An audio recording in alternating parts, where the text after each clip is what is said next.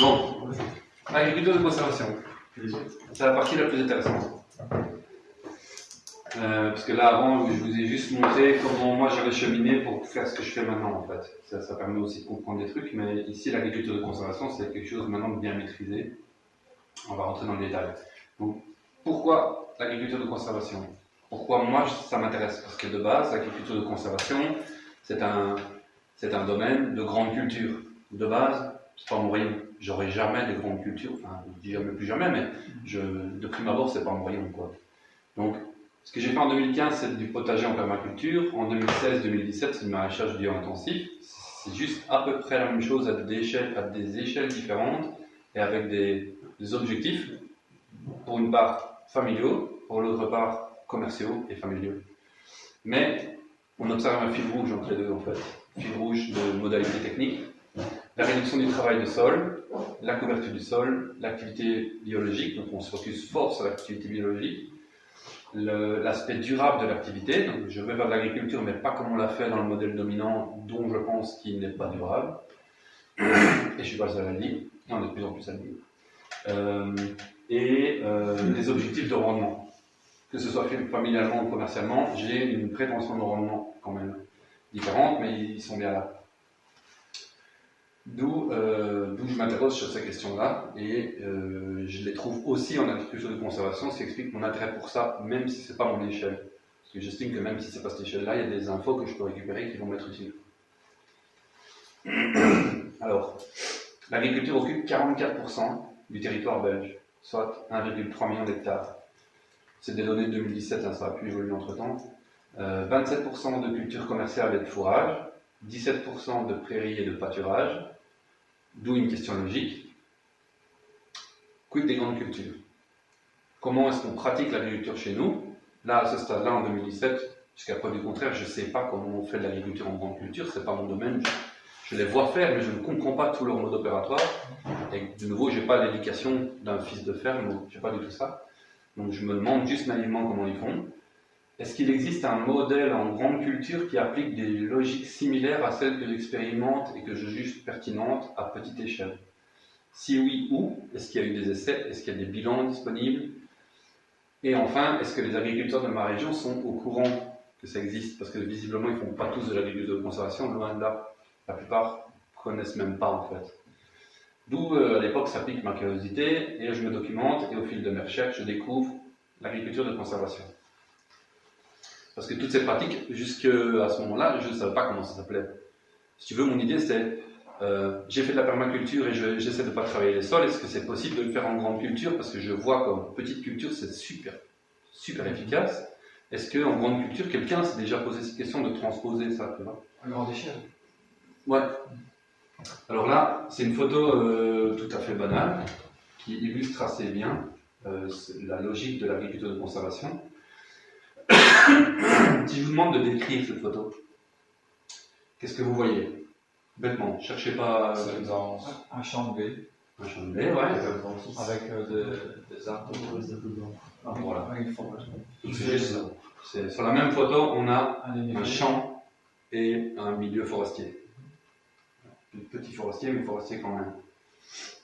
Le champ, on va le caractériser. C'est une biomasse moyenne, voire faible. La plupart du temps annuelle. Pas beaucoup de cultures vivaces. Hein. Sensibilité, et, en tout cas pas cultivée comme vivace.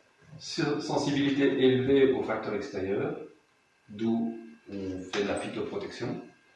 Il y a une utilisation d'intrants, fertilisation et autres. Elle est exigeante en charge de travail.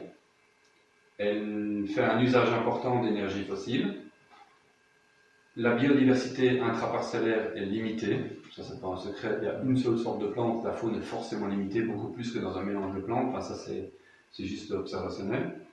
Et les problématiques de pollution des eaux, nitrates, pesticides, érosion, diminution de matière organique. Donc ça, c'est ce que la société... C'est ce sur quoi est en train de s'emballer la société. Ils disent, jusqu'à présent, ils faisaient de l'agriculture, on s'en foutait. Et là, maintenant, on commence à avoir une incidence négative, on commence à les traiter de pollueurs. C'est ça l'idée, en fait, pour l'instant. Donc ça, c'est purement de l'observation. Et surtout, ça ne pousse pas tout seul. L'agriculteur le dira toujours, c'est du travail.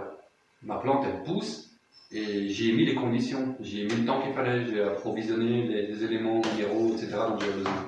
Dans tous les cas, ce qu'on voit, c'est que le bilan nécessite, pour arriver à la biomasse cible et donc au rendement économique cible, nécessite énormément de travail, de dépenses, de tout style, humain, ressources et autres. Ça, c'est le bilan. On va pas qu'on peut en sortir. À l'extrême opposé, sur la même photo, vous avez une forêt. Si je caractérise la forêt, j'ai une biomasse importante, pérenne, donc presque toute vivace, résiliente, puisque si j'ai un gros épisode de vent, d'orage, j'ai un ou deux arbres abattus, un mini-feu qui se dégage, si je reviens 2 ans après, le trou en général est comblé, la plupart du temps. Donc elle a une espèce d'autocicatrisation permanente, quoi. Donc elle est résiliente, elle résiste bien au choc. Elle est autonome, veut dire, à part 2-3 petits travaux de taille de temps en temps, certains le font, d'autres pas, elle se démerde en fait, l'espèce humaine disparaît, la forêt en fait elle reprend de la place. Donc elle est parfaitement autonome. Après c'est vrai qu'un bois entretenu fonctionne mieux qu'un bois parfaitement sauvage, mais le bois peut être tout à fait sauvage et très bien se porter. Aucune dépense d'énergie fossile, forcément il n'y a pas de tracteur dans les forêts, qu'un petit peu de bûcheronnage, mais c'est marginal. Pardon. Biodiversité importante, il suffit de faire un tour pour s'en rendre compte. Non polluante, au contraire elle a un rôle épurateur, puisqu'il suffit de regarder l'eau en période de pluie. Si vous avez de l'eau qui rentre dans la forêt, bien souvent vous ne l'avez pas ressortir, et si vous l'avez sortir, elle éclaire. Un champ, à l'inverse, s'il tombe une grosse pluie et puis une deuxième grosse derrière, vous allez voir au bord des champs, il y a de l'eau qui sort d'office et elle est brune. Ça, c'est pas une accusation, c'est juste une observation. Voilà factuellement ce qu'on peut observer, quoi, dans l'immense majorité des cas. C'est un peu deux oppositions. Exact.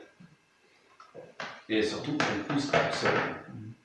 Donc je n'ai aucun artifice, elle est absolument productive, toute seule, indépendamment de l'humain. Observons la forêt de plus près. Qu'est-ce que je vois là? Sur le couvert. Exact. Un bon point pour Dominique. C'est facile. Ouais, c'est il y a des arbres. Ça a toujours couvert. Une observation qu'on ne voit pas sur la photo, par contre, c'est la question de l'horizontal et l'ordre de grandeur. Hein. Ça prend ce truc-là. Si tu dois attendre 30 ans que la forêt pousse pour avoir bouffé, t'as dans la merde. C'est sûr, tout à fait. Alors, on ne parle pas de bouffer, on parle de caractériser l'observation. C'est pour comparer avec l'agriculture. Tout à fait. Donc, sol toujours couvert. Donc là, on essaie juste de comparer deux biotopes différents. J'ai une succession végétale. Donc, comment ça fonctionne? Admettons, il y a eu le déluge. La croûte terrestre est pelée.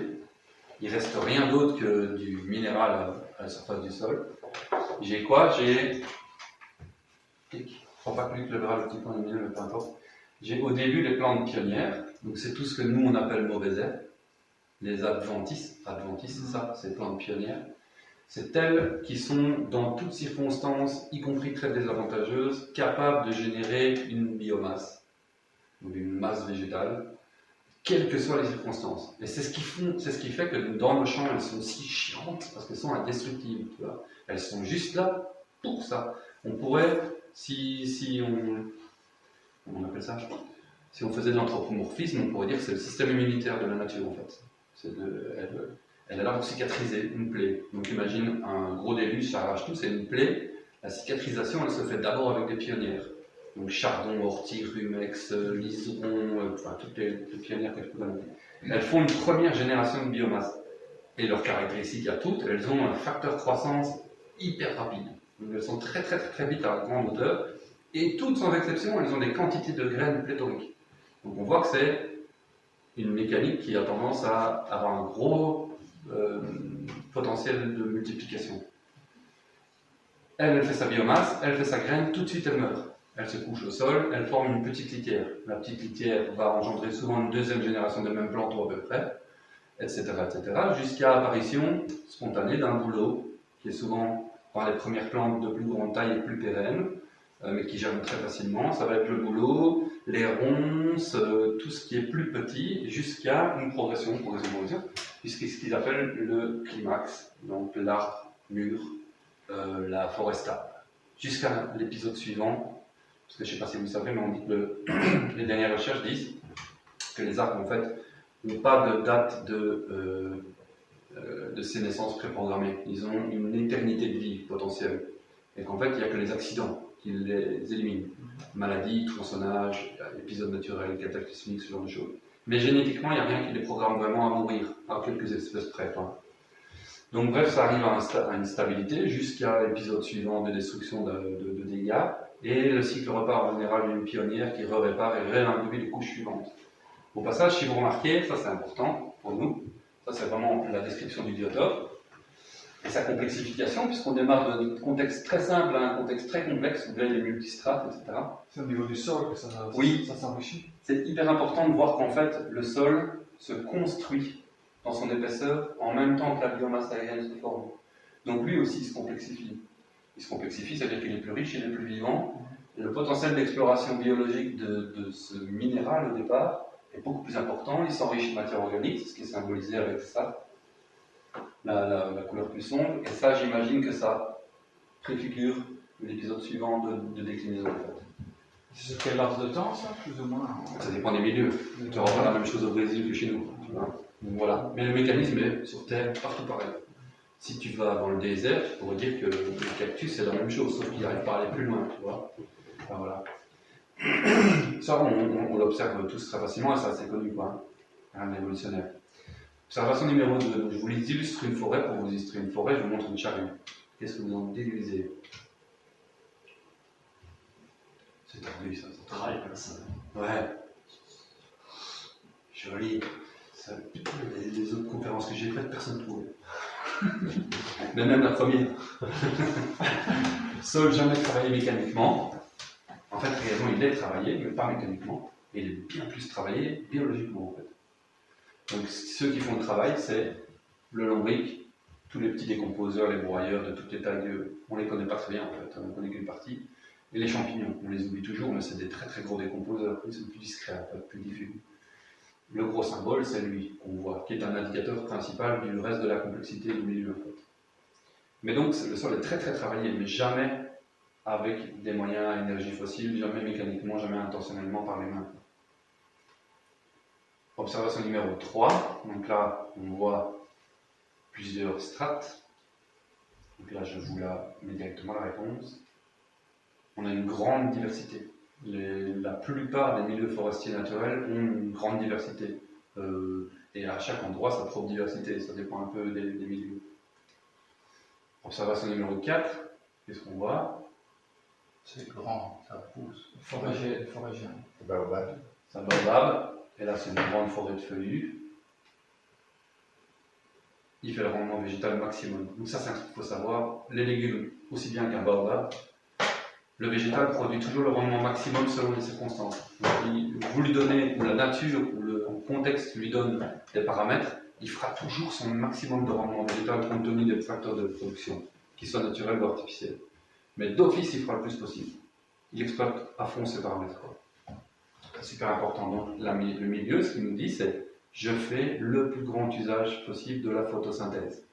C'est le phénomène le plus opérant possible. Donc si je résume tout ça, et que je transpose ça, les logiques forestières qu'on vient de voir, et que je transpose en agriculture de conservation, j'ai en écosystème naturel toujours couvert, en agriculture de conservation, je couvre le sol. Il n'est jamais travaillé en forêt, je réduis ou supprime le travail du sol, je tends à aller voir moins de travail du sol, parce que c'est des logiques, en fait, agroécologie. Il y a une grande diversité. En agriculture, on va traduire ça en des rotations, donc on appréhende des variétés et leur succession, voire des associations au sein d'une même culture. On ne fait pas tout n'importe quoi, mais ça se fait souvent. Et le rendement maximum, on va cibler, notamment pour des raisons économiques en agriculture de conservation, à faire l'usage le plus grand possible de la photosynthèse. C'est exactement les mécaniques naturelles d'une forêt qu'on transpose dans un agro-écosystème, en fait. La définition de la FAO officielle, c'est l'agriculture de conservation vise des systèmes agricoles durables et rentables et tend à améliorer les conditions de vie des exploitants au travers de la mise en œuvre simultanée de 3 principes à l'échelle de la parcelle: travail minimal du sol, association et rotation culturelle, couverture permanente du sol. Là, ils n'ont pas appréhendé photosynthèse maximum dans la définition. Ici, ce que vous voyez, c'est un sorgho. Ça, c'est un sorgho pas petit, donc il doit faire 4 mètres plus ou moins. Et là, comme vous voyez, le tracteur, il est dedans. Il ne le broie pas, il est couché. Il l'a couché, ça on va voir après. Donc ça, c'est un paillage en fait. Mais c'est un putain de paillage. Règle globale, adaptation locale. Donc mutation immédiate ou progressive. C'est-à-dire l'agriculteur qui veut aller à l'agriculture de conservation va le faire immédiatement s'il est équipé intellectuellement principalement pour le faire, ou il ira progressivement. Il va avoir une incidence sur le choix des espèces cultivées, il va choisir des outils adaptés, donc il va changer sa boîte à outils d'agriculteur, il va jouer différents niveaux d'intensité selon les contextes, et plein d'autres paramètres typiquement régionaux ou socio-économiques qui vont influer sur ces choix de transition vers une agriculture de conservation. Alors, si on rentre dans le détail, on a dit ça pousse tout seul, ça pousse pas tout seul, mais comment ça pousse tout seul? Personne ne se pose la question de ça. Ou très peu de gens se disent, tiens, je sais que ma plante elle pousse. Comment elle marche, tu vois? C'est ça, moi ça m'a intrigué ça. Comment elle fonctionne en fait? Comment la forêt est capable de générer autant de biomasse toute seule, sans aide, alors que tous les autres elles marchent avec une jambe de bois, tu vois? Eh ben, un sol fertile, comment ça marche? C'est ça la logique d'un sol fertile au sens de la fertilité naturelle. La lumière et le CO2 engendrent une plante, le mécanisme de photosynthèse. La plante fait son cycle, meurt, éventuellement son grain est récupéré ou pas, si c'est naturel, elle fait juste son cycle, elle fait ses graines qui tombent et elle meurt. Elle forme une litière, ici. La litière nourrit le biotope, symbolisé ici par le ver de terre qui est le plus emblématique, mais il y a toute la chaîne trophique derrière. L'étape 4, tu as une production de matière organique, donc c'est une matière stabilisée par la dégradation des décomposeurs de toute origine. Donc la matière s'est stabilisée, structurée dans le sol. Cette matière ensuite va être digérée. En fait, quand l'air est dans le sol, l'oxygène oxyde la matière organique et les bactéries colonisent et se multiplient bien plus vite qu'une population de vers de terre. Donc la bactérie va dégrader cette matière organique, cet engrais en fait stocké, et la libérer sous forme du tableau de Mendeleev, donc NPK, les principaux, calcium, magnésium et autres, pour ensuite repartir dans la génération suivante de plantes. Ça, c'est la chaîne de fertilité que fait opérer la forêt et qui fait qu'elle n'a pas besoin d'un intervenant. Autre humain, il y a plein d'intervenants là-dedans, beaucoup plus que dans un champ. Mais c'est le mécanisme naturel, Représenté différemment, là avec la liaison avec la société. Donc on a une production de matière organique, biomasse végétale, qu'elle soit exportée ou pas, peu importe, on produit une certaine biomasse grâce à l'énergie solaire et le CO2 toujours. Dans le cas de l'agriculture, elle est utilisée par la société, les animaux, la vie du sol. Donc une partie est utilisée, la paille par exemple, qui est libérée après les récoltes de blé, va être mise à disposition du peu de vie qu'il y a dans le sol là en fait, mais elle est mise à profit, elle est quand même réintégrée. Donc on peut quand même observer dans les champs qu'il y a une restitution de matière organique qu'ils font. Pas forcément volontairement, parce qu'à mon avis, s'ils pouvaient valoriser 100%, peut-être qu'ils le feraient. Mais là, il en reste. Une autre partie importante, selon les cultures, part vers la société, nous, les consommateurs, les bétails et compagnie. Et en toute logique, un système qui fonctionnerait bien garantirait que le déchet de cette utilisation par la société, que ce soit les animaux ou nous, il y a un retour en fait. Et c'est ça qui manque à notre modèle de durabilité dans la société, c'est le retour. C'est quand on fait plus caca et pipi dans la chambre. Ouais, ou que ce caca pipi est ramené, quoi. D'une manière ou d'une autre. Ils font pas mal d'essais avec le riz, mais de plus en plus sur grande parcelle. Ouais. Et ils arrivent à des rendements pareils qu'avec les produits. Alors tout ce qui est gazeux, parce qu'il y a quand même une grosse partie de ce qui est consommé qui devient du gaz, par production humaine ou autre, les vaches, gazeux, pas de problème. Ça revient à un moment ou à un autre, c'est fluide, quoi. Mais tout ce qui est solide, c'est pas suffisamment organisé. Alors les politiques publiques ont une tendance à le faire, et chaque jour un peu plus, je pense, mais c'est parfaitement insuffisant. Il y a un retour de fertilité qui ne se fait pas, et pire que tout, non seulement ça ne retombe pas à sa place, parce que c'est là que ça doit aller, quelle que soit sa forme, mais en plus ça devient chiant à gérer comme déchet, parce que plutôt que de se dire je vais le remettre là, on essaie de le liquider autrement, tu vois, donc c'est juste totalement improductif.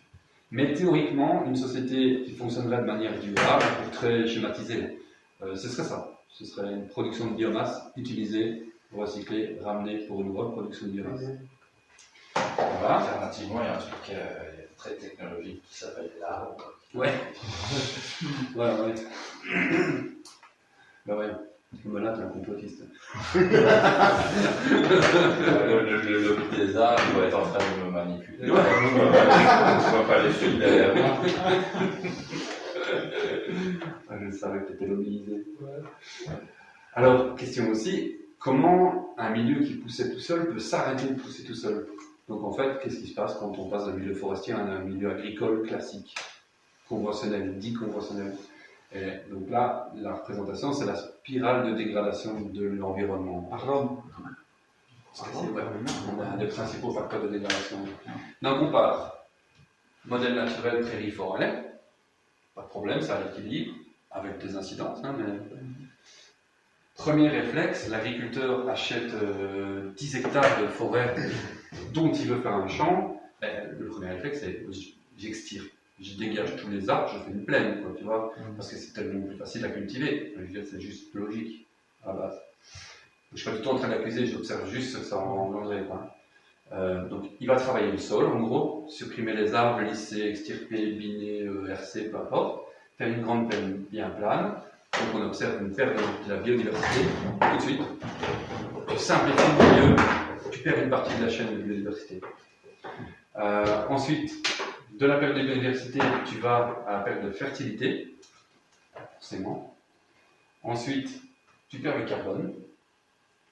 De la perte de carbone, c'est la matière organique. Parce que, comme tu es en perte de fertilité, parce que tu n'as plus cette biomasse, si tu veux, reproduite chaque année qui renourrit les sols, pour ce cycle de boucle qu'on a vu, comme elle n'est plus là, on fait une culture qu'on intercepte, qu'on la sort du champ et qu'on la vend, il y a forcément une perte de fertilité, puisque la boucle n'est plus du tout bouclée, ça devient juste une exportation presque pure. Ok, ils ramènent des fumiers, etc., et ça compense pour partie, c'est pour ça qu'ils le font, mais bien souvent, c'est pas suffisant dans le bilan. Donc on a quand même, de manière même légère, mais sur très longtemps, ça a une incidence forte, une perte de fertilité. La perte de fertilité, forcément, on a moins de retour de matière organique au sol, ça veut dire perte du carbone du sol. Donc c'est un milieu qui tend à se minéraliser et à perdre en partie organique. Donc à tendre à du caillou en fait, grosso modo, sable, quartz et compagnie. De là, le carbone ayant une fonction de retenue des eaux, le carbone en fait il a une capacité à se gorger d'eau. C'est lui qui va stocker une bonne partie de la réserve utile d'un profil. On va avoir une perte de l'eau puisqu'il y a une aptitude à stocker l'eau. Le sol va se compacter tout simplement. Ça sécher. De là, sur un sol compacté, on a des phénomènes érosifs beaucoup plus forts. Parce qu'on comprend tout de suite que si on prend de l'eau et qu'on la met au-dessus d'une éponge, on lâche l'eau, avant qu'elle commence à ruisseler sur les côtés, il faudra du temps, le temps de remplissage en fait. Alors que si on remplace l'éponge par une assiette, tu fais couler, ça coule tout de suite. C'est à peu près ça qui se passe dans un champ. Tu as une compaction, le profil de sol est capable de se gorger d'eau sur ça, et une fois qu'il est saturé, l'eau est au-dessus, le ruisselle elle sort. Et donc c'est l'érosion. L'érosion, on finit à perdre de rendement. Là, c'est la faillite de la ferme, bien souvent, ou le déménagement, la revente du foncier pour faire autre chose. Et à terme, c'est la désertification. Donc, quelque part, le modèle agro-industriel classique, il est toujours quelque part entre là et là. Toujours. Tu peux le prendre pratiquement par n'importe quel côté. Tu es toujours dans une spirale de dégradation. L'agriculture de conservation, elle vise à être là, en fait. Ce qui n'existait pas jusqu'à il y a peu. Bénéfices de pratiques en agriculture de conservation, réduction de suppression de travail du sol, on a préservation de l'activité biologique et maintien des niveaux de matière organique, donc la fertilité du sol en gros.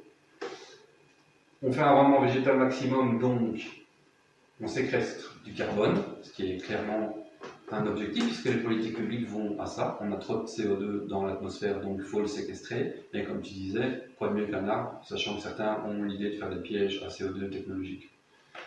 Sans penser qu'il y avait un arbre. Recyclage des nutriments, donc tout ça, c'est toutes des choses qui sont capturées dans le système et mises à profit pour faire fonctionner le système. Voilà. Donc de nouveau, je ne suis pas du tout en train de dire faisons des forêts partout, mais juste restaurons des agricultures où les mécanismes forestiers sont intégrés pour plus de durabilité. En fait. Restitution des matières fraîches, donc ça veut dire quand je récupère mon blé, mon grain, ou comme un maraîcher, je récupère la pomme de mon chou. La place de la trône du chou et des feuilles, c'est là, normalement. De sa belle mort, c'est là qu'il doit rester, logiquement. Après, tu peux le différer, mais c'est toujours des pertes énergétiques. On peut se faire un code ici pour ça. La perte énergétique, c'est de prendre ce déchet végétal, de l'exporter, même le mettre dans un tas de compost à côté, c'est juste débile, hein, d'un point de vue logique. Tout ce que tu fais, c'est gaspiller de l'énergie dans ce tas de compost. Mais ça, je ne vais pas rentrer là-dedans. D'autant que les racines, en crevant, vont progressivement laisser un vide. Si tu enlèves, tu as directement de la flotte, un truc qui va venir remplir et qui va pas aider ton sol à rester aéré.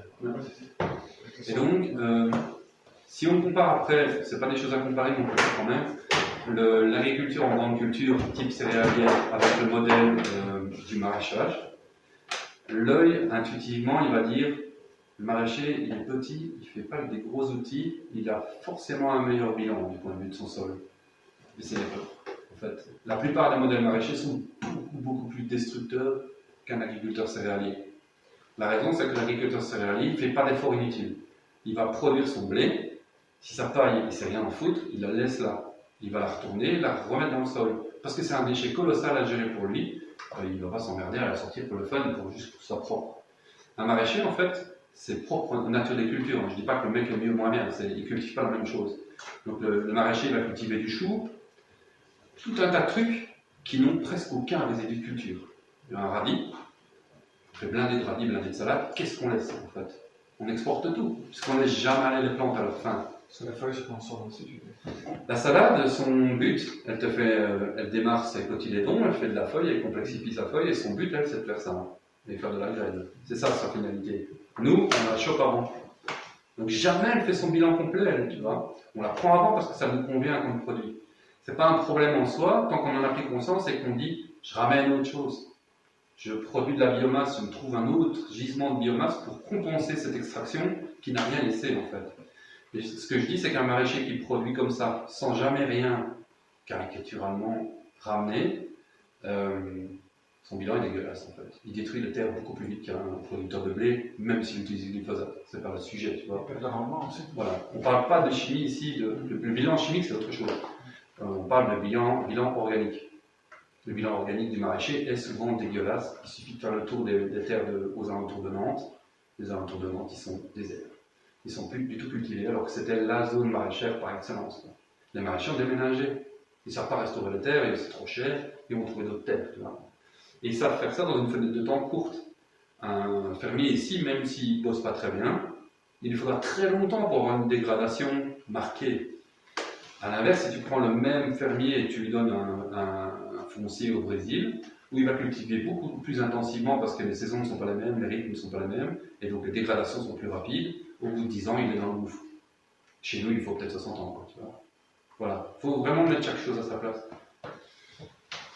Donc, restitution des matières fraîches, ça nourrit l'activité biologique, ça améliore la structure et la fertilité. Toujours des logiques qu'on retrouve dans le milieu forestier naturel. En gros, l'objectif de ces pratiques en agriculture de conservation, c'est de produire le gîte et le couvert pour la faune du sol. Et à un moment, on commence, quand on rentre là-dedans, à plus considérer la biologie du sol que la plante qu'on produit.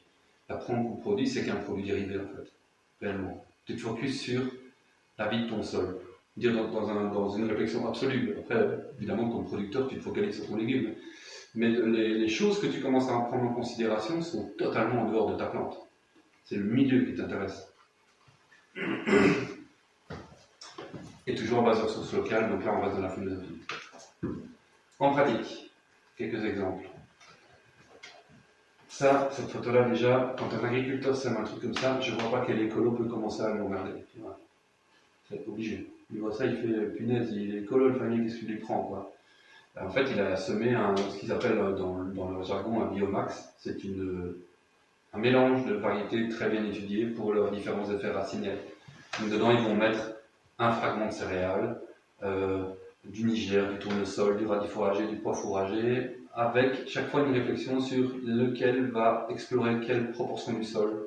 Il y en a qui ont un système racinaire fasciculé, un autre une structure en pivot. La combinaison de tout ça va faire une exploration maximale et donc un travail de sol, parce qu'il n'y a pas meilleur travail de sol qu'une racine, il y a un travail bien meilleur que de la ferraille. Même si la ferraille, c'est ce qu'on est habitué à voir, la racine d'une plante fait un bien meilleur travail, pour autant qu'on connaisse les plantes, et là on rentre plus chez les naturalistes en fait, les botanistes, qui peuvent dire, oui, moi je connais cette plante, je connais son cycle, tu vas pouvoir la faire là, dans cette fenêtre de temps-là, elle sera prête à telle saison, et elle aura tel effet racinaire sur ton sol. Et tu récupéreras un sol neutre, en fait, tout bêtement, parce qu'il connaît la plante, il sait que l'effet racinaire va induire ça. C'est considéré comme un engrais vert, ça ou... Non. Oui et non. C'est considéré comme un engrais. Ouais.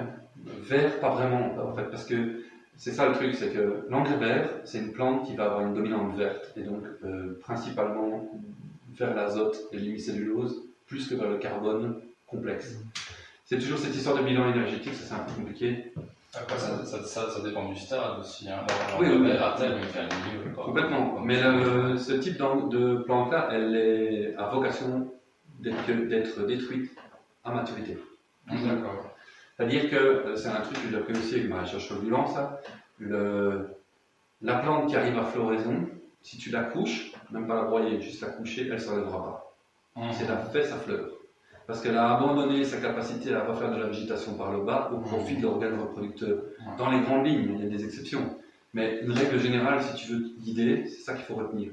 Donc si, exemple, tu fais un engrais vert, qui ne l'est plus vraiment, un seigle, et tu vas le faire en tant qu'engrais vert, il n'est pas vraiment vert, en fait, il est plutôt brun-gris, tu vois. Donc ça veut dire qu'il tend plus du carbone que de l'azote, et ça n'a pas du tout la même incidence sur ton sol.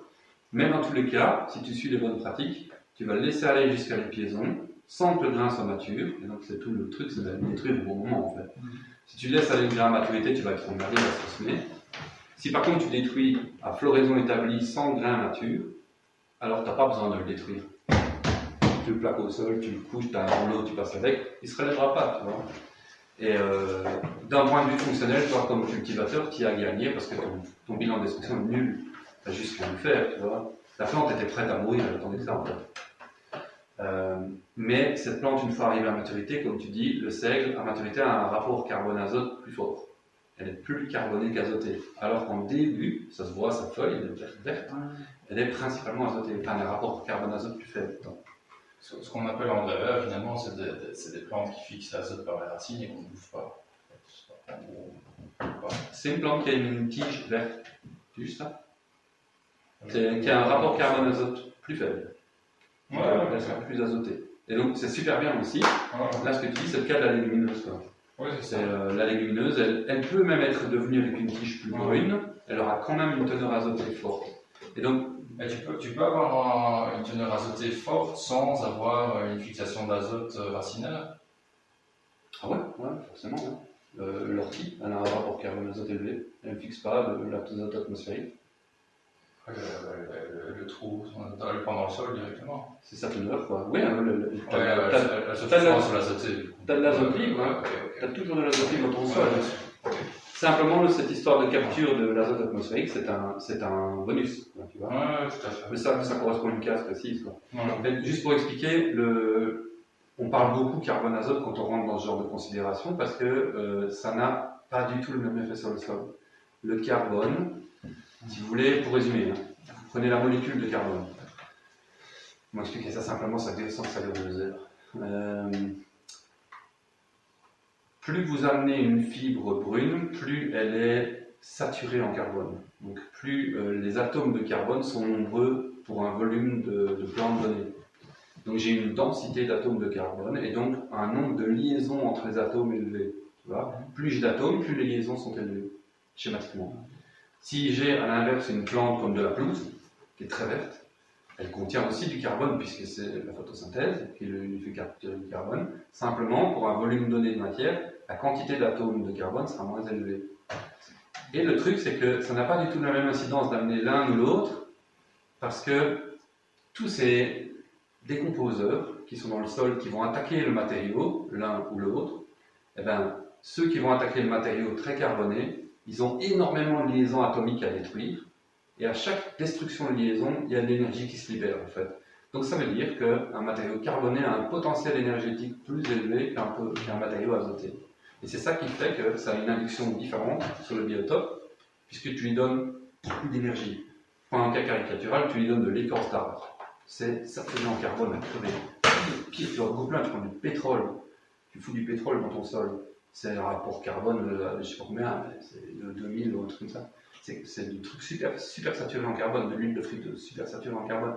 Tu fous ça dans le sol, le biotope va forcément le digérer d'une manière ou d'une autre, mettre longtemps parce que c'est un matériau complexe, mais il va avoir un potentiel énergétique très élevé. À l'inverse, tu viens avec de la pelouse, de tonte, hein, tu mets ta pelouse, tu le vois, la vitesse de décomposition est très rapide. Au bout de 15 jours, elle n'est plus là, tu vois. Parce qu'en fait, c'est un matériau soluble. Et si tu vas plus loin, un matériau très soluble, c'est le lisier. Le lisier, tu le mets, il disparaît tout de suite. Parce qu'il est extrêmement soluble. Tu vas pisser dans la nature, c'est la même chose. Il est immédiatement, pas immédiatement, mais très très vite métabolisé. Parce que la densité carbone est plus faible, et donc le nombre de liaisons fait que le matériau est moins complexe. Le biotope le digère plus vite, et ça n'a pas le même effet du tout sur le biotope. Voilà. Et c'est pour ça que le raisonnement de l'ancienne agriculture, je veux dire conventionnelle, il est très azote. Azote, potasse, phosphore. C'est les trois principaux. Et dans les nouveaux modèles d'agriculture, on va vers le carbone, parce que le carbone permet le reste, en fait. Si tu amènes énormément de carbone à ton sol, pour faire court, je ne t'explique pas pourquoi, mais c'est comme ça, on met beaucoup de carbone dans un sol, ce qu'on observe, c'est que 2 ans après, ou 6 mois après, ça dépend du biotope et de la quantité posée, on récupère de l'azote. Et là, tu rentres dans les fixateurs libres dans le sol qui vont digérer du carbone, qui chient des quantités phénoménales d'azote et les libèrent. Donc, tu n'as pas amené d'azote. Mais le fixateur, lui, il a, pour sa respiration, il capture de l'azote dans l'atmosphère, il respire comme nous. Il dégrade ce matériau carboné que tu as amené, tu en as amené beaucoup, donc les organismes sont nombreux dessus, ils colonisent très fort. Ils chient plein d'azote. C'est comme si tu avais acheté de l'engrais minéral, quoi. Et ce que tu as amené, c'est pourtant du carbone. Et c'est pour ça que toutes ces formes modernes d'agriculture, elles vont vers ça. Je veux remettre du carbone, et ça répond exactement aux objectifs de durabilité de la société. J'ai trop de carbone dans l'atmosphère, comment je le sais peut-être. Voilà, la boucle est bouclée pour moi. Donc voilà, ça c'est des points super importants à savoir. Pourquoi moi quand je parle de ça, je mets tout le temps l'accent sur le carbone. Je ne l'ai pas chié de mon chapeau, hein, j'ai été le chercher chez d'autres. Et c'est tellement évident. Hein. Au bout d'un moment, quand tu rentres dans la notion agronomique de comment marche le système forestier, tu le transposes en agriculture, tu vas vouloir répéter de la même manière. Donc là, ils font un très gros couvert très épais, objectif biomasse maximum, couverture du sol maximum, comme ça, pas de désherbage à faire, et un maximum de carbone azote prêt à être ingéré.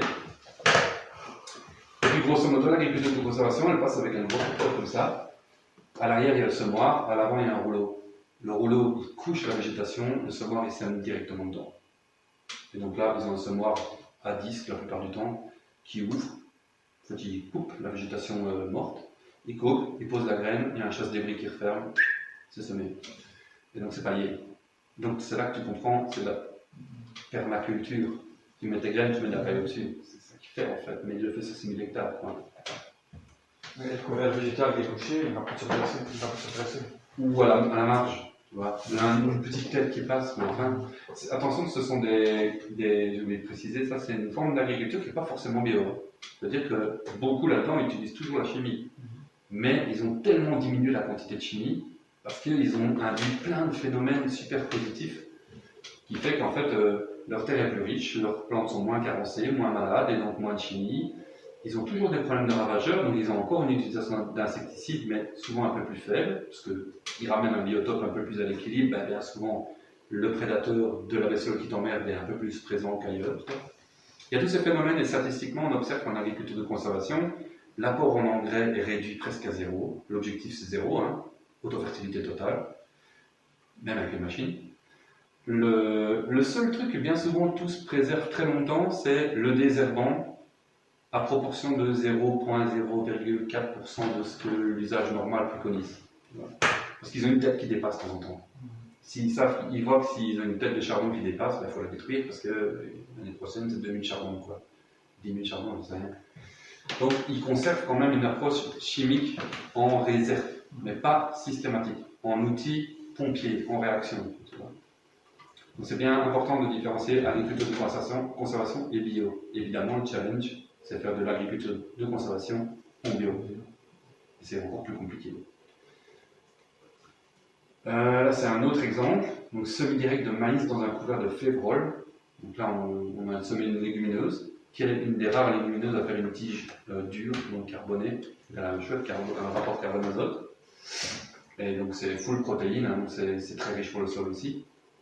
Et là, il sème un maïs directement dedans. Ça, c'est complètement iconoclaste du point de vue d'un semeur de maïs normal, quoi. 10 000 fous, ce mec. Une autre façon de faire un peu hybride, c'est ce qu'ils appellent un strip till. Donc là, en fait, il fait un travail de sol, till, donc tillage, labour. Il laboure le rang de la plantation. Mais le reste n'est pas touché. Donc, il laboure pas les fraises, hein, mais il travaille légèrement la ligne de semis pour provoquer un réchauffement et une minéralisation. Et très souvent, ils injectent des engrais en même temps dedans. Tu vois. Et alors, la graine est semée. Et le reste du rang n'est pas travaillé. Et en fait, ce qu'il fait, c'est préserver son biotope, quoi. Mais il admet que cette petite partie-là, il la travaille quand même. Parce que il n'a pas encore. C'est très souvent intermédiaire, en fait. Hein. C'est jamais une finalité de travailler comme ça, mais pour faire les choses en douceur, il passe d'un modèle full travail du sol à un modèle travail du sol partiel. Et ensuite, il va amorcer vers d'autres façons de faire, quoi. C'est un outil de transition, ça. C'est magnifique, ça tourne toujours. Merci. Puis alors, il y a le strip till végétal, c'est encore plus malin. Ah. Strip till végétal, c'est plutôt que d'utiliser un outil mécanique pour faire un travail du sol localisé sur la ligne de semis, ils vont utiliser un végétal pour travailler le sol sur la ligne, en l'occurrence un végétal adapté, donc un rang de radis chinois, donc un daikon en fait, hein, grosso modo, plus ou moins ça.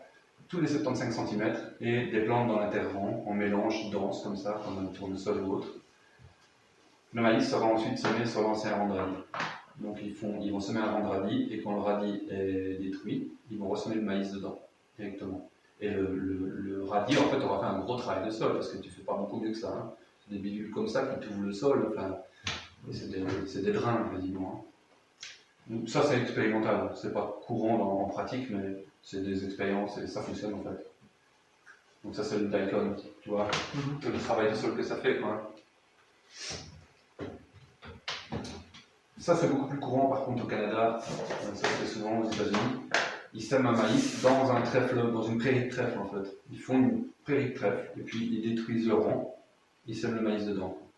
Le maïs pousse, il n'a pas de concurrence parce qu'ils ont quand même une bonne garde, voilà. Ils vont probablement, j'ai pas vu les détails, mais à mon avis, j'imagine que là-dessus, comme ils font un petit sol nu quand même, ils vont garder une possibilité de chimie désherbante le temps que le maïs monte. Et quand le maïs est monté, le trèfle, il ne va jamais concurrencer un maïs, c'est impossible, il est même plutôt complémentaire. Il va lui faire du frais au sol, c'est cette histoire de 3 sœurs en permaculture. Sauf que là, sa base de trèfle, ils ont facile en agriculture à l'implanter. Donc là, on voit une association. Et la plante, il y a une plante commerciale et une plante outil. Donc c'est une plante de service, comme ils appellent ça. Le trèfle joue un rôle d'outil, il garde le frais, il produit de la biomasse, il nourrit la faune, d'autres choses que juste du maïs. Il faut penser qu'à ces racines, tu as tout un tas de bestioles qui viennent se nourrir aux racines. Si tu vas dans une prairie et tu arraches une motte de pelouse, 3/4 du temps tu trouves un ver de terre en train de têter une racine. Il échange en fait des choses avec les plantes.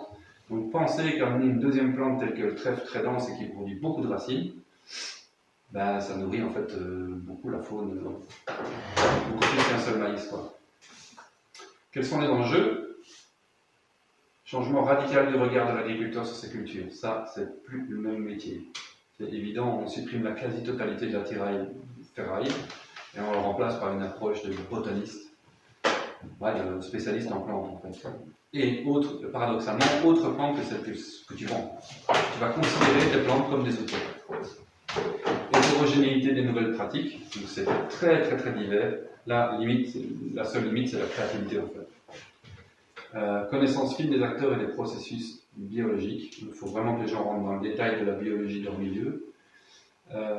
Et alors, chose purement technique, comme les plantes les sols sont occupés par des réseaux racinaires en permanence, forcément, quand un engin lourd arrive dans le champ, il a une meilleure portance. Il peut rentrer dans le champ, parce que la racine structure le sol, comment on dit, l'agglomère, si tu veux. Non, il le fixe. Il fixe le sol. Là où une terre nue, libre de toute racine, mouillée, tracteur, tu rentres, tu fais une ornière, c'est obligé. Même pas très lourd. Même le motoculteur, il le fait. Là où, si tu rentres dans une prairie, bien souvent, l'effet est bien mesuré, tu vois. Tu as une meilleure portance. Tu vas pouvoir rentrer plus tôt dans ton champ. Meilleure structure, ça c'est évident. Et donc en fait, la philosophie, c'est sortir d'une vue de la plante comme un intrus. La mauvaise herbe est un intrus. Et surtout, la plante que nous on implante dans les champs, du point de vue du biotope, c'est un intrus. Tu vois. Parce que à l'origine, tu avais une prairie, tu deviens maraîcher, tu mets des salades. La première année, c'est connu, tu supprimes la prairie, tu plantes des salades, tu peux être sûr, tu as perdu 40%, 30% de ta culture de salade, taupin. Tu as ramassé des taupins. Ils sont venus bouffer des salades par la racine, c'est obligatoire. Parce qu'en fait, tu as flingué toutes leurs sources de nourriture, parce que le taupin il bouffe de la racine d'herbe toute l'année, et tu as amené des laitues qui font une racine ridicule tous les 30 cm sur 30. Le taupin il cherche à bouffer, tu vois, donc ta plante c'est un intrus pour lui, il va la bouffer, quoi, c'est obligé. Donc on était là-dedans. On sort un peu de ça pour utiliser la plante comme un intrant. C'est une approche beaucoup plus intéressante. Ma source d'engrais de matière organique, de la façon dont je fertilise mon sol n'est plus un engrais dans un sac, c'est une plante. J'utilise des plantes pour induire des effets, quoi. Alors la vie économique, on baisse très fort les charges d'exploitation, puisqu'on supprime toute une série de postes de travail, labour, herse, tout ça, a priori c'est plus utilisé. Puisque là, 3 quarts du temps, ceux qui maîtrisent le modèle, ce n'est pas toujours le cas, ils vont mettre une plante, la détruire, semer dedans, basta. Et le reste, c'est un peu de chimie récolte, c'est tout. Et bien souvent, ils tendent à ne plus utiliser de chimie. Donc, imagine, là on parle vraiment purement d'un point de vue comptable, les charges elles disparaissent. Quoi. Pouvoir désherbant des cultures découverts, donc là c'est de nouveau une plante comme un outil, désherbant, puisqu'elle va concurrencer les mauvaises herbes. Donc on diminue les désherbants chimiques, on tend à l'autofertilité via la diminution d'apport de l'extérieur, on valorise les déchets de production, parce que c'était la paille, c'était un déchet, ben non, en fait, là maintenant c'est ma première source d'amendement en fait. On crée des nouvelles filières, pensez à tous les produits dérivés qu'on peut sortir de là. Rendement équivalent, voire supérieur à l'agriculture conventionnelle. J'ai vu un mec dont le bilan, là, il y a 2 ans, il a fait un maïs de 5 mètres de haut. J'ai une terre en non-labour total depuis quelques années. C'est un de ceux qui maîtrise le mieux la technique dans le sud-ouest. Il s'appelle... oui, son nom. Peu importe. Mais il a publié des chiffres, il était à 180 quintaux de maïs sur son maïs. C'est énorme. C'est des gros rendements. De mémoire, c'est 180, mais je vais vérifier. Offre des opportunités aux zones mal fournies en intrants de synthèse, donc des zones un peu éloignées d'Afrique qui sont moins pourvues, elles peuvent fonctionner en autofertilité, contribue à apporter une réponse aux défis de la croissance démographique. C'est toute cette histoire de durabilité, quoi. Comment je fais avec plus de démographie pour rester à l'équilibre, c'est un des facteurs qui peut y concourir, quoi. Facteurs environnementaux, on maîtrise l'érosion, on augmente les niveaux de fertilité, on séquestre du carbone, on recycle des nutriments, on piège des nitrates, on augmente la biodiversité, on améliore les paysages, c'est beaucoup plus beau qu'une terrine, ça fait moins bien toi. Augmentation de la réserve utile en eau, puisqu'on augmente la matière organique, on augmente la capacité à séquestrer de l'eau et à la bloquer dans le système. On contribue à la durabilité des systèmes humains globalement. Les freins, c'est les plus gros, la barrière culturelle et les inerties sociales. C'est-à-dire que le fait de changer est plus énergivore que de maintenir une habitude. C'est des gros changements, surtout pour des modèles qui ont des gros investissements avec cette inertie sociale qui dit depuis 200 ans on fait comme ça. Ça lui coûte en fait de l'énergie au mec qui veut changer, qui pourrait avoir des velléités de changer. Quoi. Donc ça c'est des gros freins, c'est les principaux en fait, parce qu'après les freins du point de vue comptable, financier, cohérence, société plus généralement, il n'y en a pas en fait totalement des freins. C'est juste que c'est nouveau et ça fait peur. Peu de retour économique et technique d'expérience locale, ça c'est sûr que la recherche n'a pas forcément produit assez, et trop peu de gens encore localement chez nous le font. Ce sont des techniques probantes, prometteuses, mais compliquées. Ça reste super dur. C'est plus une agriculture de matière grise que de muscles, quoi. Ou de puissance. Transposer ça en agriculture, en culture. Statistiquement, dans le monde, c'est quand même très étonnant. Aux USA, c'est 20% des terres qui sont cultivées en semi-direct. Donc, comme je le disais là, en implantant une culture et en semant des habitants dedans, dans sa destruction. 50% du reste en TCS. Donc TCS, c'est technique culturelle simplifiée. C'est un peu entre les deux. On limite le travail du sol, mais on gratouille un petit peu encore, quoi. Mais ça reste quand même très positif. C'est des gens qui tendent, de nouveau le TCS, c'est souvent un intermédiaire, quoi, vers l'ultime qui est le semi-direct. L'Amérique du Sud, c'est 50% des terres en semi-direct, du Mato Grosso, si je ne pas m'inquiéter. Donc c'est une région vraiment très, très grande, quoi. Et qui ne le sont que depuis une trentaine d'années, 15, 20, 30 ans maximum. En Europe, c'est moins de 1% de la surface agricole totale. Donc en fait, on est des nains agricoles, grosso modo. Au total, c'est environ 105 millions d'hectares dans le monde qui sont pratiqués de près ou de loin dans ces modes opératoires-là. Donc pour dire que c'est pas juste un truc de fou furieux dans son coin qui a trouvé l'idée d'année. Non, c'est un truc qui existe depuis longtemps et qui maintenant on commence à avoir du recul et de la statistique. Quoi. Donc, fonctionner, ça fonctionne. Le tout, c'est que dans chaque région du monde, ça doit être adapté. Ça se fait pas n'importe comment. Il n'y a pas une manière uniforme pour la planète. Tu vois. Chaque biotope, chaque endroit, chaque zone pédologique différente va donner autre chose. Et dans mes petites recherches, dans mes prises de contact, je suis tombé à un moment sur un gars en donnant une conférence. Je cherchais une occurrence locale de ça et j'en trouvais pas. J'avais beau chercher sur net, je trouvais pas. Et un jour, je suis invité à donner une conférence à Égezé, à la commune d'Égezé, et on me dit c'est une multi-conférence, vous serez une douzaine. Et je demande à connaître les noms des autres intervenants parce que dans mon métier, je me dis je vais me faire lyncher, ils sont sûrement balèzes et tout. Et en fait, on me dit dedans il y aura Fabrice Flamand, un agriculteur d'Égezé, en grande culture, que je connaissais de loin, mais je n'avais jamais rencontré. Il y aura le technico-commercial de chez Syngenta. Ok. Notre responsable Belgium, quoi. Super. Il y aura le mec de la Société des Eaux du Coin, l'éco-conseiller de la commune d'Égezé, enfin une douzaine de gens, tous de près ou de loin intéressés par l'agriculture et son développement. Et donc j'accepte, bref, ça passe, je ne pas ces détails. Je fais mon petit speech où j'explique pas en détail comme aujourd'hui, j'avais 10 minutes. En 10 minutes, j'explique tout ce que j'ai découvert. Et ma question, c'était à partir de fermiers. C'était que des fermiers, je ne sais plus 100 ou 150 personnes. Et grosso modo, ma question, c'est voilà ce que j'ai trouvé en me documentant. Est-ce que vous êtes au courant? Tu vois, c'était naïf comme ça, hein, je demande simplement à être au courant. Et moi, je l'ai expérimenté en petit, ça marche. Je l'ai vu en grand. Est-ce que vous êtes au courant que ça marche? Ça pourrait vous intéresser. C'était ça mon démarche. Et les autres font leur speech et tout. Bref, ça se passe bien, bon accueil, je ne me suis pas fait lyncher par personne. Même le mec de Syngenta, il trouvait ça mignon. Et puis, Fabrice Flamand, après la conférence, enfin pendant la conférence, me donne un coup de coude et il me donne son téléphone, il me dit tiens, regarde. Je regarde. Je dis c'est où ça? Il me montre une photo à peu près comme ça, tu vois. Ou la photo où on voit le tracteur qui roule dans le couvert. C'est où ça? Je me fais chez moi. Je t'explique après. Et ça se passe. Et en fait, à partir de là, on a commencé à se voir relativement fréquemment, à se tenir au courant. J'ai commencé à bosser un peu pour lui en informatique et du coup, ça donnait des occasions de se voir. Et je dis, quoi, je voudrais bien savoir si tu as essayé ça, c'est quoi ton retour d'expérience, qu'est-ce que ça donne, quoi. Et il dit, cette année, sur 500 hectares, j'ai semé, je crois, 6 hectares de froment en semi-direct, donc avec ça. C'est un semoir Horsch, c'est un 36 rangs, je crois, qui sème 5 mètres d'un coup. C'est une machine qui coûte la peau du cul, hein. Mais avec ça, il peut semer directement là-dedans. Voilà. Donc ça, en fait, c'est la chaussée Leuze-Égezé. Les décanteurs sont de l'autre côté, je ne sais pas si vous situez un peu. Donc Égezé est là, Leuze est là-bas.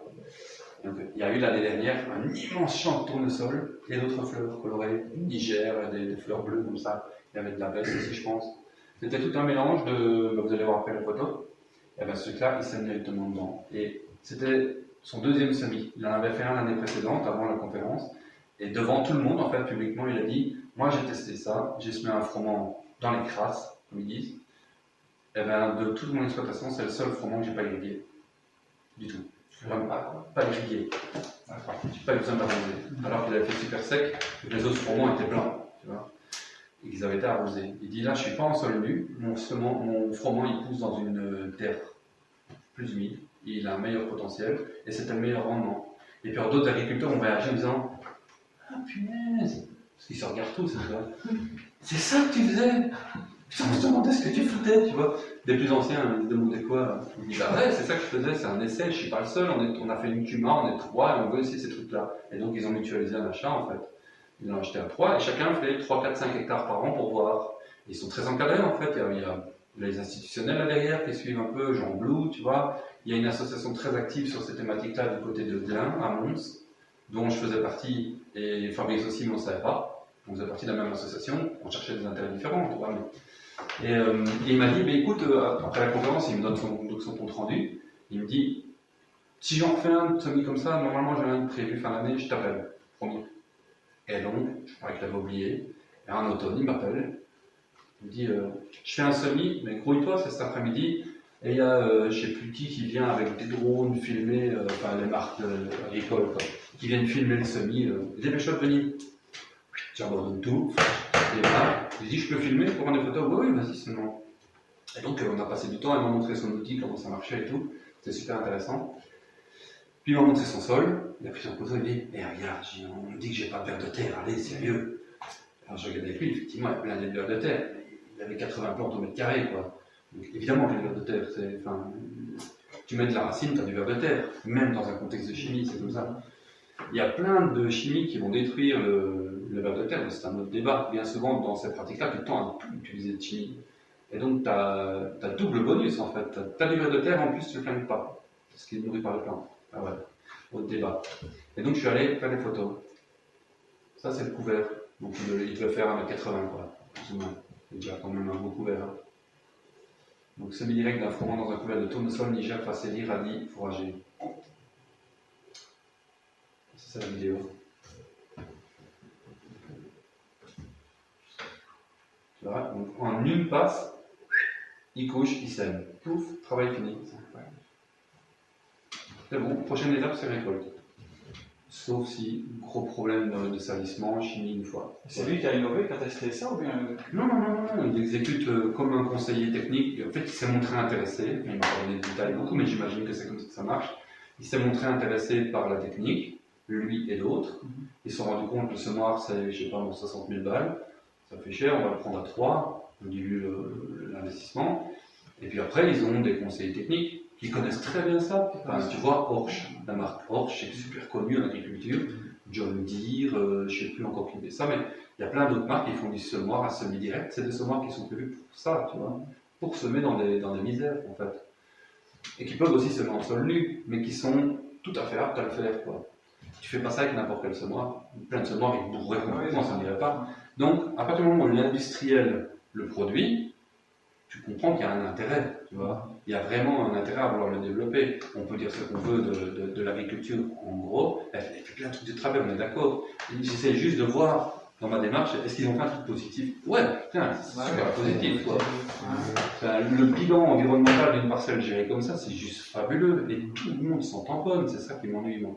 C'était en bord de chaussée, personne ne le savait qu'ils faisaient ça. C'est dommage, ça devrait être montré pour une fois qu'il y a un truc bien. Mais ça ne l'était pas. Et donc, moi j'ai essayé, j'ai regardé ça. J'ai vu récemment, entre ici et Annie, une parcelle où ils ont laissé je crois que c'est un colza en engrais vert du style, monter en graines. Ouais, le truc cet été était complètement en graines. Je sais pas ce qu'ils ont fait, est-ce qu'ils ont récolté les graines, est-ce qu'ils ont foutu dans le sol pour que l'année prochaine leur engrais soit déjà dans le sol? Ça se passait, je sais pas du tout, mais c'est la première fois que je voyais ça. Ouais, je sais pas. Faut voir, dans ce cas-là, il faut aller voir le fermier. Ouais. Mais franchement, tu serais étonné, enfin, moi je l'ai fait très souvent la démarche d'aller les voir sans les connaître. Ouais. Je suis pas du tout du milieu, donc j'arrive avec des questions à la con, genre j'ai appris à me dépendre, une question à ne pas poser. Moi j'arrive pas d'agriculteur, bonjour, blablabla. Dans les 5 premières minutes, je lui demande, tiens, vous avez combien d'hectares? Tu vois, je sais pas, Carl Dauphin, par exemple, il m'a dit, je vais te répondre, parce que c'est toi, hein. Mais c'est une question qu'on ne pose jamais à un agriculteur. Du coup, on connaît tous le prix des terres. Si je te dis le nombre d'hectares que j'ai, tu sais combien je pèse. C'est indélicat. Il me dit, mais je vais te le dire quand même parce que c'est toi, t'es naïf, mais voilà. Mais j'ai toujours été bien reçu. J'ai posé toujours des questions débiles comme ça, et en fait, j'ai tellement niais qu'ils se disent jamais il m'accuse de rien en fait. Et je suis pas du tout dans l'accusation, j'essaye de piger. Et je veux dire, j'ai eu de bonnes surprises, quoi. Ça, c'était pas du tout anticipé, je pensais pas tomber un jour là-dessus. Après, ils font des trucs dégueulasses aussi, hein. Moi, j'en ai pas vu beaucoup chez ceux que je fréquente, j'ai peut-être de la chance. Il y a toujours un baraki qui fait de la merde quelque part, c'est sûr. Mais tout n'est pas noir, tu vois. Il y a beaucoup de gens qui veulent quand même se corriger. Et on a des indécrottables qui voudront jamais. C'est pas autrement. Donc voilà, ça c'est dans l'autre sens. Ça n'a pas l'air sommé comme ça, hein, tu vois. Bah non. En fait, ce qu'on peut voir quand même là, c'est son paillage, il n'est pas, Pas suffisant. Mhm. Idéalement, il aurait fallu plus. Donc moi, je pense que là, il a quand même. Mais ça enfouit un peu quand même. Là. Hein? Ça enfouit un peu Ah quand oui, même. ça travaille toujours un petit peu. Il n'a pas assez densifié au niveau de son couvercle. Il n'est pas suffisant. La masse, Suffisant. 1,80, c'est trop peu. Oui, mais c'est peut-être pas des plantes qui peuvent aller plus. Ah non, peut-être pas. Peut-être que le potentiel de ces semences-là. Oui. Mais je veux dire, si tu prends l'autre photo que je vous ai montré tantôt, un sorgho, oui. sorgho, il fait 4 mètres, 5 mètres, j'en sais rien. Tu le couches, c'est dense. Et donc, il est fort probable que l'intervention chimique des herbants derrière, peu de chance. Parce qu'avec un paillis très épais, de nouveau, c'est cette histoire de levée de dormance. Si j'ai beaucoup de paille, j'ai peu de levée de dormance. Si j'ai une paille dispersée comme ça, je vais minimiser la levée de dormance, mais j'en aurai quand même. Et donc, la probabilité de devoir intervenir chimiquement pour désherber, parce que là, tu ne sais plus vraiment venir désherber autrement, elle est forte, quoi, tu vois. Donc, on en revient toujours à ça. Photosynthèse maximum pour une production de biomasse maximum, tant d'un point de vue agronomique pour la qualité du sol que pour le fonctionnel, pour t'épargner du travail, et puis t'éviter des engueulades où les voisins gueulent parce que t'as pulvérisé, tu vois. Moins tu sors ton pulvé, plus tu marques des points en fait dans l'histoire. Surtout en ce moment. Ah ouais. Mais c'est gai de voir ça ici chez nous, parce qu'en Belgique on sait que ça se fait pas beaucoup, et de voir ça ici à Guézé qui sont en train d'un peu de changer leur pratique, c'est vraiment C'est encourageant. c'est cool. Ouais, c'est bien. Et tu parles que la densité soit une densité faible, c'est pas par rapport à la machine, au semoir, proprement dit, qui va faire respecter une certaine densité pour le semoir. Peut-être si c'est trop dense, peut-être que le semoir ferait du mal dedans. Non, je crois pas. Non, il faut passer dans le tour. Ouais. Les disques en fait ils fendent. Hein. Ouais. C'est un peu notre problème, c'est là que c'est un peu paradoxal, c'est moi en maraîchage, c'est ça que je voudrais faire, tu vois. Idéalement. Toute la machine n'existe pas. Moi, d'ailleurs, je voudrais toujours parler avec toi, essayer d'inventer un système. Moi, je peux revenir, je me débrouille même pas mal dans plein de trucs. Et même pour le semoir, j'ai d'inventer un système, un truc qui tournerait plus vite avec des petits engrenages, et qui pourrait dire de couper la paille, comme ça, tu vas même avec ton petit semoir, tu pourras passer dans un couvert, On dans un aimerait bien. maillage, quoi. On a déjà parlé avec Xavier plusieurs fois, on aimerait vraiment bien développer un truc. Ouais. Mais on se rend compte que faire des essais comme ça coûte du fric. Parce qu'en plus, c'est pas du matériel. Enfin, il y a un truc physique dont tu ne sors pas, et c'est la raison qui explique qu'en grand ils le font et en petit pas. C'est que pour fendre un paillage comme ça, il faut du poids. C'est-à-dire que c'est des disques non animés, ils roulent avec l'avancement de la machine. Et donc la capacité à fendre un matériau, d'autant plus un peu souple, soit il tourne vite et il est animé, c'est pas le but, soit il est lourd et il fend. Et donc dans tous les cas, il faut du poids. Tu vois. Donc là, c'est un 36 rangs, de semoir, je sais pas combien il pèse, mais c'est plusieurs tonnes. Mais si je le transpose sur ma planche de 75 cm, quel poids il me faut, tu vois? Un poids que je suis incapable de porter, ça c'est sûr. Un truc que tu pourrais pousser à deux, qui ferait la largeur de ta planche. Ou le cheval. Ou un cheval, que tu connaissais. C'est ce qu'on discute beaucoup très bien. On aimerait cet outil, trouver quelqu'un capable de nous développer l'outil qu'on attache derrière le cheval. Et là, on deux ronds à la fois. Enfin, deux planches à la fois en parallèle. Tu marches au milieu et tu fais deux planches en parallèle. C'est super intéressant, tu vois, parce qu'à ce moment-là, moi, pour tout vous dire, là, pour rentrer dans la discussion un peu, moi, le bio-intensif, je vous l'ai expliqué, je trouve ça un modèle génial, mais compte tenu de tout ce que je viens de vous expliquer, vous vous rendez bien compte à quel point il est imparfait, tu vois. Il est très souvent en sol nu, on travaille quand même les sols, il y a plein des objectifs idéaux de l'agriculture de conservation qui ne sont pas du tout remplis en bio-intensif. Pour l'instant, moi, dans ma lecture des choses et dans ce que j'ai pu glaner comme information à gauche à droite, c'est la matérialisation la plus pertinente que j'ai trouvée.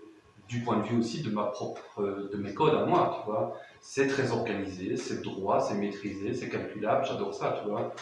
Mais d'un point de vue agronomique, c'est loin d'être parfait. Il manque un truc là-dedans, c'est l'autofertilité, quoi. L'agriculture de conservation, c'est là où on entre dans le paradoxe. En grande culture, ils savent le faire. Parce que l'outillage est là. Il reste à avoir la maîtrise de ça. Du végétal et de l'outillage, et de la temporalité, etc. Et une fois qu'ils ont la maîtrise, c'est un budget, tu vois. On achète le semoir, on prend le tracteur puissant qu'il faut, on revend toutes les autres machines, il n'y a plus trop besoin, on en garde une peut-être de réserve, et on décline, quoi. Chez nous, je voudrais le faire, on aurait le moyen de le faire, il n'existe pas. Tu vois, John Deere n'en fait pas, parce que la casse commerciale maraîcher, ça ne l'intéresse pas, c'est un trop petit business, ils s'en foutent. Quoi. Alors, j'ai trouvé un mec, une vidéo obscure d'un minute 15 quelque part en Corée, d'un mec qui fabrique un semoir à semi-direct capable de fendre un paillage épais sur un rang avec un motoducteur.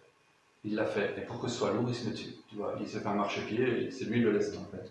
Ça marche, hein, mais je ne suis pas convaincu, enfin, multirant. Tu vois. Je vois pas, enfin voilà, il y a des considérations techniques, mais réellement, industriellement, personne ne s'en est emparé parce que le marché est trop de niche en fait. Même en Amérique du Sud, au Canada, aux États-Unis. Non, eux, ils sont à la main. Ils sont sur des codes sociaux différents. Ils ont la main d'œuvre pour rien, tu vois. Ils n'ont pas de système d'imposition, ni quasiment pas. Et donc, c'est des travailleurs, ils en sont toujours là. Moi, j'ai pas. Personnellement, c'est un modèle que je trouve romantique, mais qui ne m'intéresse pas. Je m'imagine mal dans une société sud-américaine, même si c'est très beau, très l'image campagnarde et tout, c'est très chouette, mais ils n'ont pas de sécurité sociale, ils leur manquent plein de trucs. Des trucs de notre monde civilisé que j'estime bien, j'ai pas envie de demander de faire juste pour avoir le travailleur pas cher, tu vois. C'est compliqué à résoudre ça. Donc dans notre code occidental actuel, je vois pas vraiment d'autre manière que de l'outillage motorisé léger, pertinent, avec un développement d'outils qui permettent de faire ça, ou similaire. Quoi. Et alors à ce moment-là, on enchaînerait des cultures de ce type-là. On ferait des cultures de couverture les plus grandes possibles. Enfin, c'est pas pour rien que c'est des sorgho chez moi, tu vois. L'idée, c'est de voir comment cette plante-là marche. Récupérer les infos, maîtriser cette plante, et le jour où je veux l'intégrer dans une rotation où je sais comment la détruire et implanter dedans, je la connais la plante du coup d'avance, tu vois. Pour l'instant, j'ai pas un Ça vaudra la peine de plancher un peu là-dessus et tu dis un truc de Xavier, lui, il aimerait trouver un mécène qui voudrait financer ça, tu vois. Ouais. Un milliardaire qui permettrait. Un châtelain, il n'y a pas un châtelain sur mon Ouais. Même les Canadiens, ça ne me gêne pas. Hein. Ah, Voilà. encore d'avenir, il faut faire du boulot. Oh bah oui, ça. Bah, je pense qu'on passera de vie à trépas, que ce sera pas culturé cette histoire.